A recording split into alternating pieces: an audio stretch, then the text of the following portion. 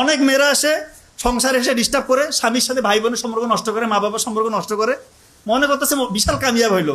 আরে বাবা, এটা যদি করেন, কোনো হাজব্যান্ডের যদি সম্পর্ক তার মা বাবার সাথে বিচ্ছিন্ন হয়, তার ভাই বোনের সাথে যদি সম্পর্ক খারাপ হয়, ওর তো হায়াত কমে যাবে। ও বিভিন্ন রকমের অসুখে দেখবেন যে তার এসে ধরবে তাকে। তা আপনার স্বামীর আয়ু কমলে সে যদি অসুস্থ থাকে, আপনার কি লাভ হইল না লস হইল? বুঝে না, মেয়েরা অনেকে বুঝে না। একটু দেমাগ খাটান, সোর্স করেন, একটু বুদ্ধি খাটান। সত্যি বলতেছি, আপনার স্বামীকে বলেন বাবা যা আছে দিয়ে দাও, আপনারই লাভ, আপনারই লাভ। আপনার স্বামীকে বলেন বাবা দিতে থাকো, তুমি যা ইচ্ছা দাও, খুশি থাকো, মন থেকে খুশিটা থাকতে হবে। সত্যি বলতেছি, আল্লাহ কমাবে না। দান করলে কেউ কমে? জাকাত কি? জাকাত মানে বৃদ্ধি পাওয়া। দান কি? সব থেকে বড় দান কি? বাবা মাকে দেওয়া। বাবা মাকে দেওয়ার থেকে বড় কিছু আছে পৃথিবীতে? মা বাবাকে দিবেন আপনি, এটা আবার কিসের কি?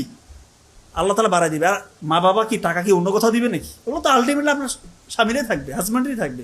এগুলো নিয়ে করবেন না, ছোট লোকই করবেন না। দয়া করে বলতেছি, মনটা একটু উদার করেন।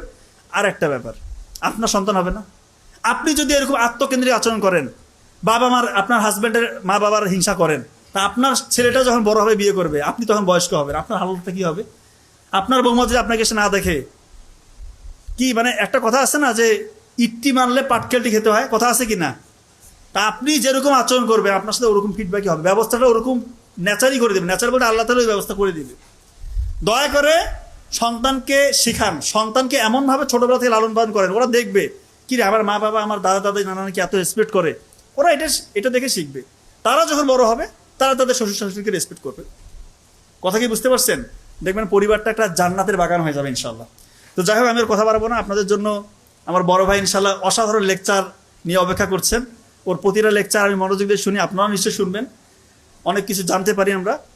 তো আজকে আমরা যা কিছু শিখলাম, একটু কিছু যদি মেরে চলি, ইনশাল্লাহ জীবন বদলে যাবে। সবাই আমার জন্য দোয়া রাখবেন, ভালো থাকবেন। আসসালামু আলাইকুম রহমতুল্লাহ।